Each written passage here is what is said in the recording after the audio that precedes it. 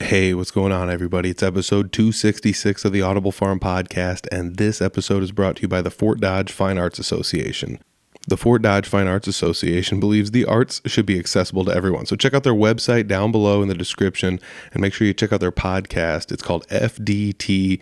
It's awesome. It's tons of fun. There was an episode that came out last week, so if you missed it, go back, check it out on their channel, or watch it on YouTube. It's pretty fun.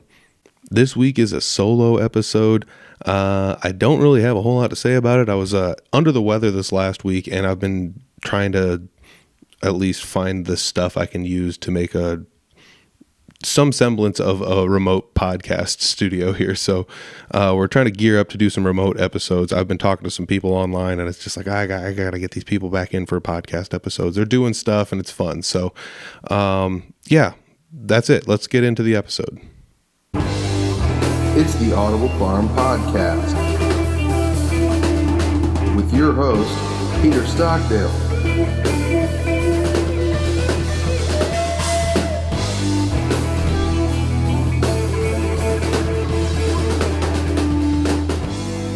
All right, it's episode 266. I didn't really talk too much about what this episode is going to be about, but you can probably tell if you're watching on YouTube, it's got a title on it. But I had done an episode a while back, and it was a solo episode, and the views were kind of low on it. But when I went back and looked at the stats on the listens, the audio listens were pretty high on it. So it was kind of weird. So I think some of you really liked it. Some of the people definitely wanted to hear what it was about. So I did an episode. I basically reviewed an article, and the article was 5 things musicians get wrong about advertising. And I figured it was pretty poignant because, I spend a decent amount of time doing marketing and things like that to some degree. So I'm going to do another one here. Let's see what happens. Obviously I said in the intro, I was under the weather last week, and I've been trying to do some stuff here. So, not guaranteeing anything, but let's see. Let's get into this. This is going to be some fun stuff. So it's 10 ways to avoid the void and find your fans.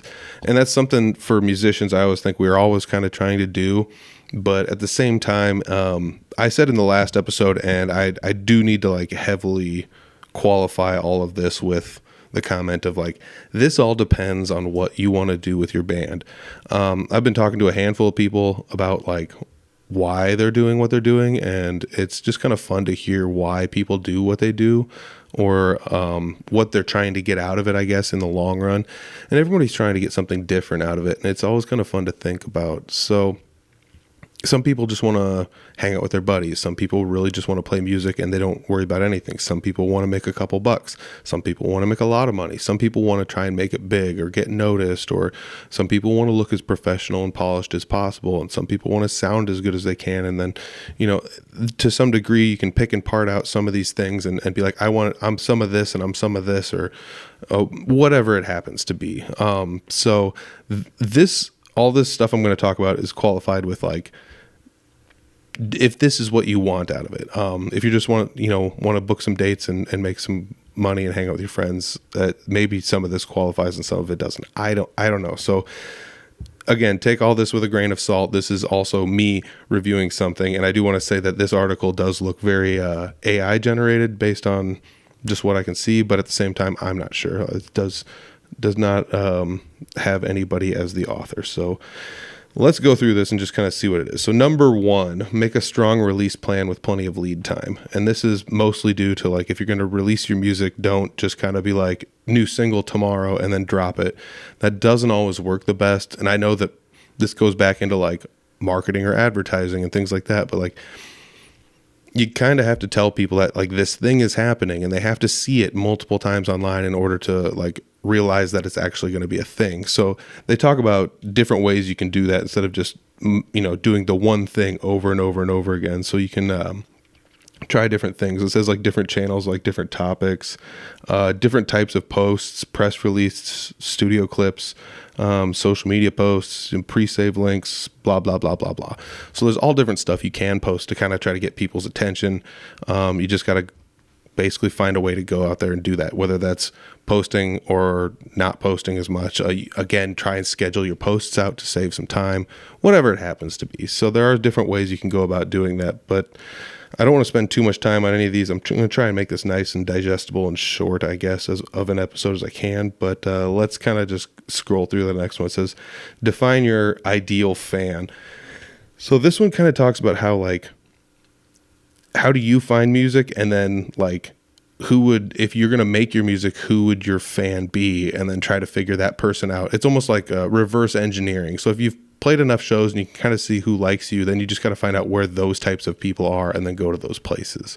It's as simple as that, but it's also, I don't know, this is another thing about like, are you trying to make an organic following of people that are going to like follow you on your journey, or like whatever it happens to be, or do you just want people to come out to your shows in different areas? Or this is all very dependent on what you want out of all of this, but that's kind of a tough one. I don't know if that's something everyone can do, but we all kind of do it to some degree. So like, let's say if you're playing like in a punk band, you're going to go play music with other punk bands. Oh wow, you found like the people that might like your stuff and you went to there. Like it just kind of works, you know. Same thing with like country music. You go play with other country bands, or like other places, or places where country musicians have also played, and voila, now you found some fans or people that are like at least somewhere in your area they're going to kind of like what you're doing. So number 3 is meet your fans where they are. Attend shows in your scene, build relationships with local musicians and industry workers, and organize events in your own to blah, blah, blah, blah. So this all is just like a bunch of music jargon, but I think this is one of the things that you get into music scenes and you start to find out you always know those people that are like always at the shows. You know, if they can be, they will be. Otherwise, if they're doing something, they can't be, etc. But there's like always a handful of people in the scene that are always out there doing things. But you don't always have to just like go to all the shows, you know. There's other things you can do. It says like build relationships with industry workers. And I mean, like, I don't want to say like I'm working the industry. I just have a podcast. But at the same time, this is like a tool. And this is kind of what I use to kind of get to know people and be like, oh, hey, I know these people now. It's like, and I kind of know who plays where and what's going on, and you guys do too if you're listening along. So thank you. But it says 2 golden rules to consider. Presence matters more than perfection. So like you just kind of got to show up, and then you must engage with an audience before promoting to them. So that's another thing, is like you can kind of show up. Like I remember this happening sometimes in Des Moines, like a lot more when I was going to shows before I was playing at shows. I would notice that like bands would go to other bands' shows, and like that's kind of a cool thing, because it's just like, oh, these guys are here, or like those people are here, or whatever was, you know, whoever was in the band. Or like say there's like an early show, late show, it's like you go early to watch the early show, and the early show stays a little late to watch some of the late show, and everybody kind of just hangs out, and we all know each other and support each other. And while you're there, you can find other people that are like, oh, you're that guy that plays in this band, if you're just like in the audience, and you can kind of do like weird networking with people in those kind of fashions. So that's definitely a thing. Let's move on to the next one. Seek out co-promotion opportunities. So that one is a fun one. I know a lot of musicians that have kind of done that. I play a lot of music with Jesse Wilson. Jesse Wilson's very good at that. He has a lot of songs where he's just like, I wrote this with this person and they have a verse in it, or something to that degree. So there are a lot of those as well. I think it's a great thing. That's another thing. You can kind of like buddy up with other musicians and do things. And that's kind of like the podcast. I mean, like the podcast is kind of here for the person that's sitting in the other chair for the most part, because this is supposed to be a guest driven podcast. But at the same time, I think that's something that's very good. You can kind of use these things to your advantage, and find, you know, a whole new audience basically, or like you're going to the place where other people would be. You know, it's the go back to what is it, number 2, define your ideal fan. You know, and that's where you got to go. You can meet your fans where they are. It's like, well, maybe they're hanging, you know, Jesse Wilson, Scott Kirkhart write a song together. Guess what? Now they bridge the gap, and all the people that knew of one and didn't know of the other now know each other. It's that's kind of the gist of it. Don't just post, create moments. That's number 5. So number 5, don't just post, create moments. And I think that one's one that I definitely fall into, like the trap of always being like, oh no, I gotta post stuff, and then I post things, or I schedule it out, and then it just eventually looks generic after a while. So you got to create these things that I mean, it just basically says if it feels tedious or aimless, consider whether your content is enriching your artist's story, blah blah blah. So you got to try to grow your community in a sense where it's like, if this is what you want to do, but you can do behind the scenes things, do a live video once a week or like once a month or like before every show or after every show, or just like do a little reel or a clip or a something. Corey Waller and the Wicked Things are very good at this. They've got a very fun social media presence. You can kind of feel like you're like with them hanging out, They have a podcast out as well. I think it's called Get in the Van, if you want to check that one out. And that's another thing. They you get to hang out with them for a little bit. I mean, that's what podcasts basically are. You're hanging out with me right now.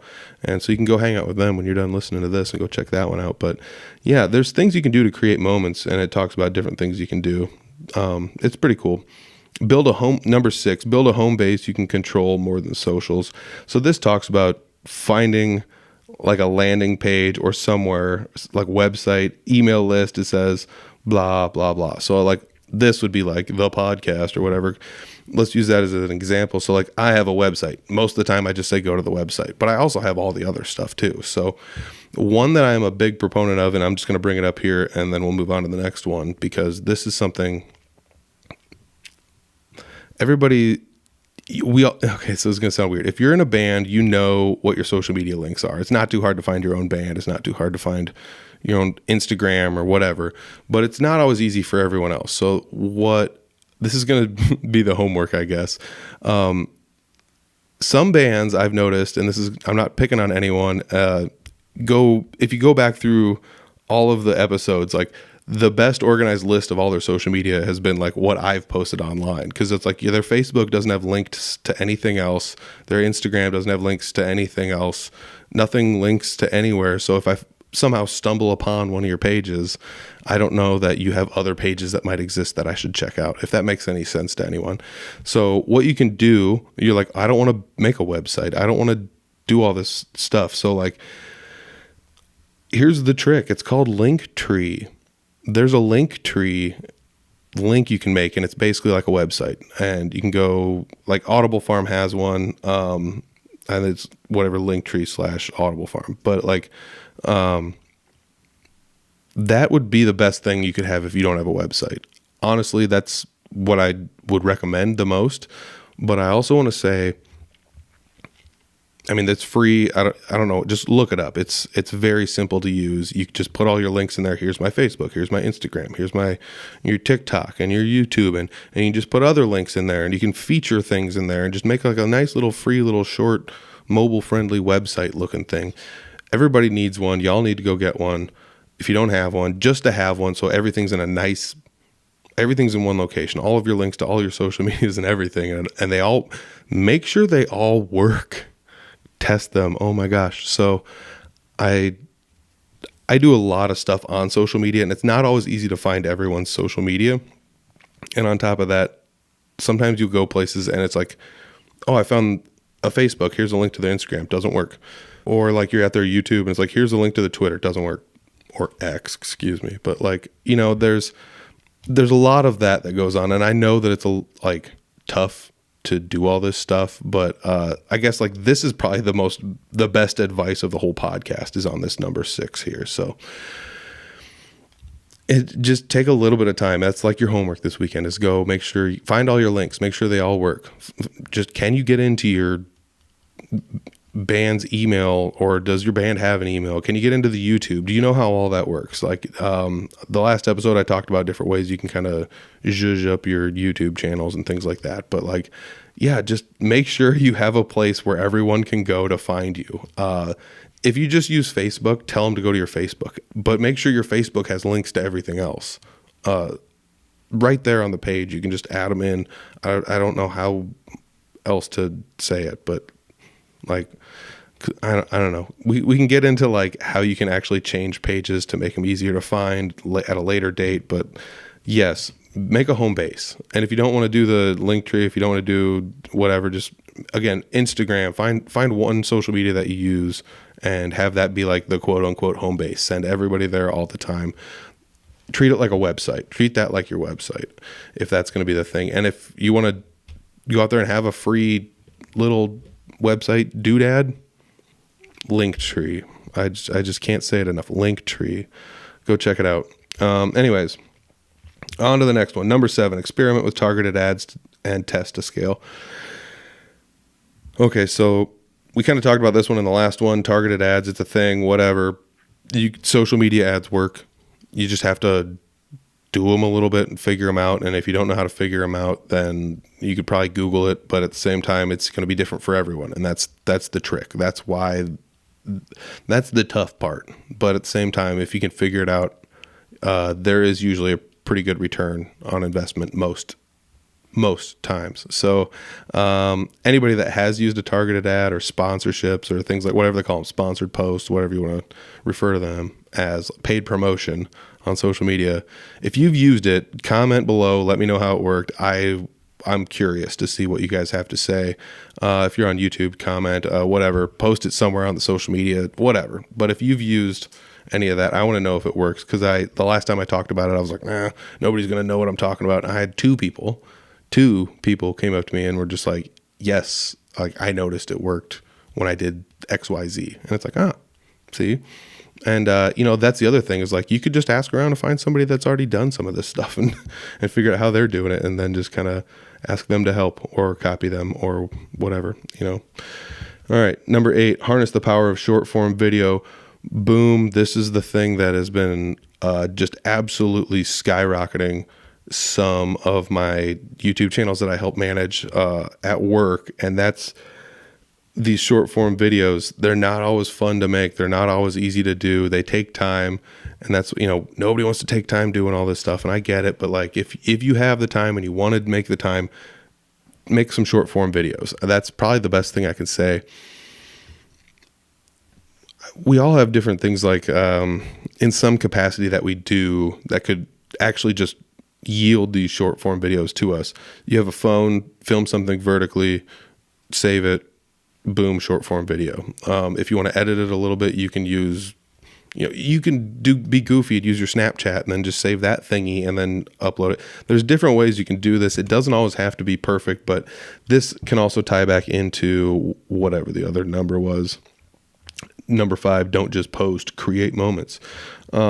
So this could help you be more personal too. Like if you think of it in that way, they don't all have to be podcast type, whatever, talking heads where it's just like, this is the view and this is all you see. And it's just me being like, this is what you need to do. And, or like some people are talking and they're telling jokes. It doesn't have to be all professional. It doesn't have to have words on it talking. Just put stuff out there. A little video of you playing something, you and another buddy hanging out, goofing around, find something that's funny to you guys and in a band, and then just kind of recreate it and make that thing. I don't know. The ideas are all going to have to come from you, but this is like the gist of it. These short form videos work so well. They get seen all the time. Everybody watches them. It's just the way the social media and everything's gone, is the vertical scrolling video thing. YouTube, everybody watches them. TikTok, Facebook, Instagram. It's what everyone's doing all the time, and they're on every app. This works, and I know it works. I've seen it work. To the tune of like, I've generated quite a few views with this tactic. So just go this route and try it. You never know what's going to happen. Pick one of these and try them. We're only at number 9, but we're already at number 9. So let's keep going. Consider your fans' journey. It's how did you discover your favorite bands and how's your relationship with them evolved over the years? This is basically telling you to like figure out, how did you do stuff, and then how would you find this like journey to find you if you were you, or what, whatever. So this is going to sound crazy. How did I find other bands? The only way I ever found bands was when they were playing with other bands, or if they got mentioned in the same breath as other bands. Maybe that could be like I grew up when there were still music videos on TV. So maybe that could be like, oh, this music video played after that one and I wanted to see this one. Or I go to a show and this opener was really good. And then you find out and there it's like, oh, they're from here or whatever. Whatever it could be. So like I always try and find that. And this comes back to like networking with people and going to where your fans are, or where your ideal fan would be. Like this just ties back into so many of them. So it also talks about how you can like, oh, how did you engage with your band? Checking their, for tour dates, et cetera, et cetera. Not that anybody's going on tour, but that comes down to another thing. Like if you're going to be if you have all these events, make sure they're posted somewhere, whether that be in a flyer that's tagged somewhere, or in your profile pictures, or in your banners on your Facebook pages or whatever. Maybe making an actual event list on Facebook and having them all in there, whatever it happens to be. Go back and listen to the Jordan Beam episode if you want to talk about making Facebook events. The guy was a pro at it. He's super good at it. He's still good at it. And he even talked about doing paid promotions in his episode too. So again, that was a great episode. So yeah, that consider your fans' journey. Find ways to make sure that all of your stuff is readily available. And what would you want out of a band if you're going to check on their stuff? We always get frustrated going to Facebook, like, oh, I have to scroll and find all this stuff. And I try my best to organize things, at least on all the Audible Farm stuff, where it's like, you can find it all here. And if you can't find it all here, it's over there, organized in a different way, and it should be easier to find, something like that. But this also says engage fans between releases, basically talks about updating your playlists and dropping a B-side and talking to fans and doing something to engage with them, whether that be a giveaway or a thing where you're going to go play publicly somewhere and it's a secret show, or just trying to find a way to get everybody together to do this. And that is mostly all I wanted to talk about. I mean, that one was done. I don't have a whole big take on this. I know it works, but like, you just have to find a way to do stuff. I remember, this is going to sound funny, but like with Three Finger Betty, I tested the whole, like, we would post stuff and sometimes people would see it, and then we would post other things that had absolutely nothing to do with anything. Like maybe just a dumb meme of something, and it would just go gangbusters. So I decided that, like, basically anything that I was in charge of posting on that page, I would just post memes, and I just made memes with like cheesy little cheap phone software, and I was like, oh, here, let's just make this. And that all the memes got lost to the great Three Finger Betty Facebook account hack of whatever, 2019 or whatever it was. But yeah, so those are all gone. I do actually have a bunch still saved on my phone. I thought about just like unloading them for like no reason, but yeah, that worked very well. So there are different ways to engage with fans, especially between releases. You can try to make the memes like topical to different things, but I always try to find a way to tie it back into the band as much as possible. So anyways, yeah, this short episode, 20-ish minutes maybe, 10 ways to avoid the void and find your fans. Yeah, so that's it. I think I'm going to end it on that, and I'll see you in the outro. Okay, there we go. That's a short episode in the bank. There's an episode out this week though, so hopefully I can get some stuff tested and I actually get my butt in gear after work here and get this stuff like set up in some way where it actually looks maybe a little bit better. I've been like toying with the idea of trying to actually make like a mini studio here, because I do probably have the room, but I also just I wish I was like savvy enough to make it so I could like hang out here too when I'm not doing podcasts, because I do only have this room, so I don't kind of want to give up my hangout spot, but at the same time, whatever. So yeah, that comes also, I said, like, after work. So I'm not somebody that does too much promoting of like social causes, because it's not really like what I have this podcast for, but it is Men's Mental Health Awareness Month. And yeah, so everybody, I do want to say, like, doing the podcast for so long and getting burned out on it was like a good example of like me not necessarily taking care of myself in the way I should have. So everybody just, I know like the listeners here mostly predominantly male, but I know there are female listeners too. So everybody just take care of yourselves. This is everybody's Mental Health Awareness Month. So yeah, thank you guys all for listening. Thank you to the Fort Dodge Fine Arts Association. Make sure you check out their podcast. Again, all you got to do is scroll down, click on the link to their website right down there in the description, and then click on the link to the podcast and go listen. It's on YouTube. It's on anywhere you can listen to podcasts. If you just want to drive around and listen to it, you can. Where are you listening to Audible Farm? Are you watching on YouTube this time? Or are you guys just the ones listening and driving around? Yeah, try some of this stuff out. If it's, again, this is all dependent on if this is stuff you want to do, but thank you guys for listening. Again, sending everyone to one location. Audiblefarm.com has basically everything. We got the Patreon. We've got the shop, there's still a couple hats left. I'm going to talk about the hats. I do still have a couple hoodies left now that it's hot out, if anybody wants a hoodie. But yeah, so it's audiblefarm.com. That's basically where everything's at. That's where all the social medias are at. You can find it all there. And then just follow us wherever you want to follow us after you find the website. So thanks, everybody. I'll see you next week, hopefully, maybe with a remote guest. All right. Peace.